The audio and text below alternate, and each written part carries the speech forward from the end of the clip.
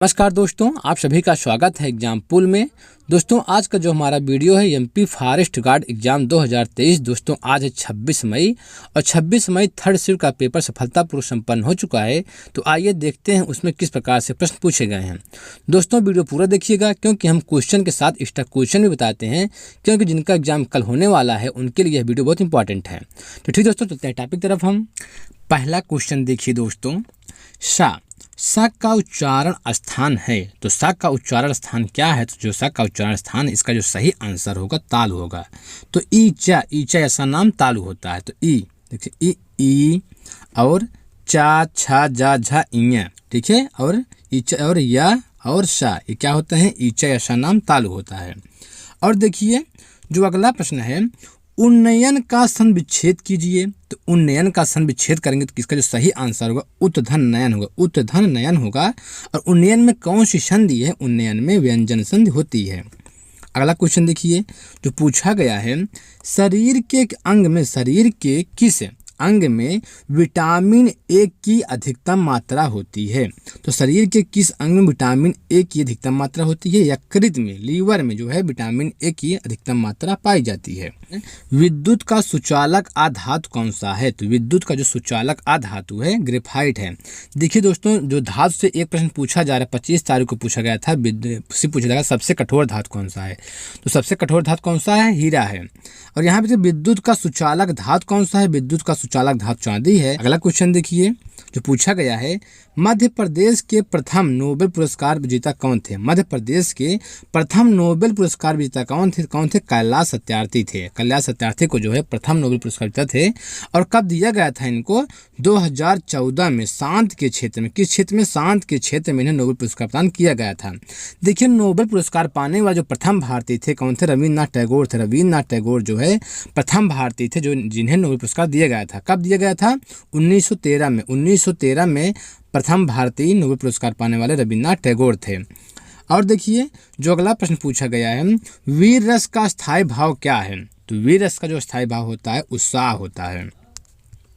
अगला क्वेश्चन देखिए जो साइंस पूछा गया है, प्रतिरोध का एसआई इकाई क्या है? मतलब प्रतिरोध का जो मात्रक होता है, एसआई मात्रक क्या होता है? तो प्रतिरोध का जो एसआई मात्रक होता है ओम होता है।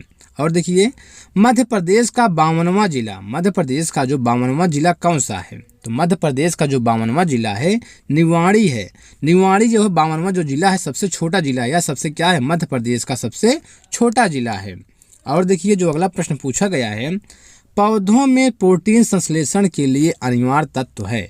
तो पौधों में प्रोटीन संश्लेषण के लिए अनिवार्य जो तत्व है क्या है? नाइट्रोजन है। अगला क्वेश्चन देखिए समास से। देखिए समास से हर शिफ्ट में 2 क्वेश्चन आ रहे हैं। और समास, संधि, उपसर्ग, प्रत्यय, और उसके बाद जो आपका ये वर्णमाला से क्वेश्चन आ रहा है, मुहावरा से क्वेश्चन आ रहा है। तो सरासर में कौन सा समास है? सरासर में कौन सा समास है? सरासर में जो है अव्ययी भाव समास है। देखिए जो समास का अर्थ होता है, हो सकता है पूछ लीजिए अगले शिफ्ट में, कल वाले एग्जाम में। समास का अर्थ है, समास का अर्थ क्या होता है? समास का जो अर्थ होता है संक्षेप होता है। और देखिए जो अव्ययी भाव समास किसमें किसमें होता है? जैसे रातों रात, हाथों हाथ, धीरे धीरे, प्रतिदिन, इन सब में क्या है? इन सब में अव्ययी भाव समास है। अगला क्वेश्चन देखिए, लक्ष्मण मंदिर कहाँ स्थित है? लक्ष्मण मंदिर कहाँ स्थित है? लक्ष्मण मंदिर कहाँ स्थित है? लक्ष्मण मंदिर जो है खजुराहो में स्थित है। अगला क्वेश्चन, छोटी माता और पोलियो रोग किससे होता है? तो छोटी माता और पोलियो जो रोग है ये विषाणु जनित रोग है, मतलब वायरस के द्वारा होता है। तिलक किस प्रकार का शब्द है? तिलक किस प्रकार का शब्द है? तिलक जो है तत्सम शब्द है। तिलक जो है किस प्रकार से? तत्सम शब्द है। अगला क्वेश्चन देखिए, लार में कौन सा एंजाइम पाया जाता है? तो लार में कौन सा एंजाइम पाया जाता है? लार में 2 प्रकार का एंजाइम पाया जाता है, टायलिन होता है और एक क्या होता है? एमाइलेज होता है। तो लार में दोनों एंजाइम पाया जाता है, टायलिन और एमाइलेज, दोनों प्रकार के एंजाइम पाए जाते हैं। अयोगवाह किसे कहा जाता है? अयोगवाह, देखिए जो पूछा गया है, अयोगवाह किसे कहा जाता है? तो अयोगवाह जो होता है अनुस्वार और विसर्ग को, मतलब जो अनुस्वार होता है, अनुस्वार और विसर्ग को क्या कहा जाता है? ये आपका अनुस्वार हो गया और ये आपका क्या हो गया? विसर्ग हो गए। तो अनुस्वार और विसर्ग को क्या कहा जाता है? अयोगवाह कहा जाता है। अयोगवाह कितने होते हैं? 2 होते हैं। और देखिए जो अगला प्रश्न आया है, राष्ट्रपति राज्यसभा में कितने सदस्यों को मनोनीत कर सकता है? राष्ट्रपति जो होता है राज्यसभा में कितने सदस्यों को मनोनीत कर सकता है? 12 सदस्यों को, 12 सदस्य को मनोनीत कर सकता है। लेकिन राष्ट्रपति लोकसभा में, राष्ट्रपति जो होता है लोकसभा में 2 सदस्यों को मनोनीत कर सकता है, लेकिन राज्यसभा में 12 सदस्यों को मनोनीत कर सकता है। अगला क्वेश्चन देखिए, एक वयस्क मनुष्य के शरीर में कितने लीटर खून होता है? तो एक वयस्क मनुष्य के शरीर में कितने लीटर खून होता है? देखिए 4.5 से 5 लीटर, 4.5 से जो है 4.5 से 5 लीटर खून होता है एक वयस्क मनुष्य के शरीर में। और देखिए जो अगला प्रश्न आया एग्जाम में, विधि का विलोम शब्द क्या होगा? तो विधि का विलोम शब्द क्या होगा? विधि का अगला प्रश्न, विधि का विलोम शब्द क्या होगा? तो विधि का विलोम शब्द क्या होगा? निषेध होगा। विधि का विलोम शब्द निषेध होगा। अगला क्वेश्चन देखिए, मतंग किसका पर्यायवाची है? मतंग किसका पर्यायवाची? मतंग जो है हाथी का पर्यायवाची है।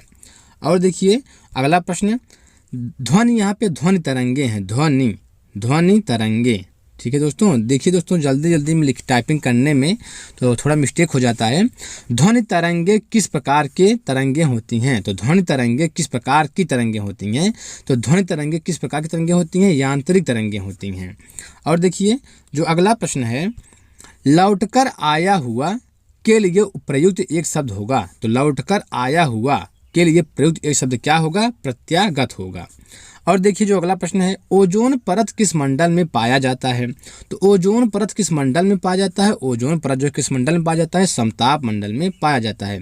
देखिए जो परत है, जो पृथ्वी का जो सबसे ऊपरी परत था, ये सबसे क्वेश्चन पूछा जा रहा है। और देखिए कान भरना मुहावरे का अर्थ है, कान भरना मुहावरे का अर्थ क्या है? कान भरना मुहावरे का अर्थ है चुगली करना। और देखिए जो अगला प्रश्न आया है एग्जाम में, निम्न में कौन सा एक वचन है? तो कौन सा एक वचन है? आकाश। आकाश क्या है? एक वचन है। अगला क्वेश्चन देखिए, कारक से पूछा गया है, मैंने राधा के लिए कपड़े खरीदे, इस वाक्य में कौन सा कारक है? तो इस वाक्य में कौन सा कारक है? इस वाक्य में संप्रदान कारक है। देखिए दोस्तों इंग्लिश में एंटोनिम से क्वेश्चन आ रहा है, सिनोनिम से, दो क्वेश्चन आ रहे हैं। और इस बार जो है पैसिव वॉइस से क्वेश्चन आया था और डायरेक्ट इनडायरेक्ट से क्वेश्चन आया था। ठीक है। और देखिए प्रीपोजिशन आप पढ़ के जाइए, प्रीपोजिशन से क्वेश्चन आ रहा है और आर्टिकल से भी एक क्वेश्चन आया था। और देखिए मैथ में ज़्यादा करके जो है आपका प्रतिशत से आ रहा है, प्रतिशत और सरलीकरण से क्वेश्चन आया था। लाभ-हानि आप पढ़ के जाइए, उससे प्रश्न आ रहा है। और चक्रवृद्धि ब्याज उसको भी पढ़ के जाइए, उससे भी प्रश्न आ रहा है। ठीक है। औसत, एवरेज, जो औसत से आ रहा है प्रश्न, औसत भी पढ़ के जाइए। ठीक है। तो ये सब जो टॉपिक हैं जिससे ज़्यादा क्वेश्चन पूछे जा रहे हैं सब पढ़ के जाइए। तो ठीक दोस्तों इस वीडियो में इतना ही।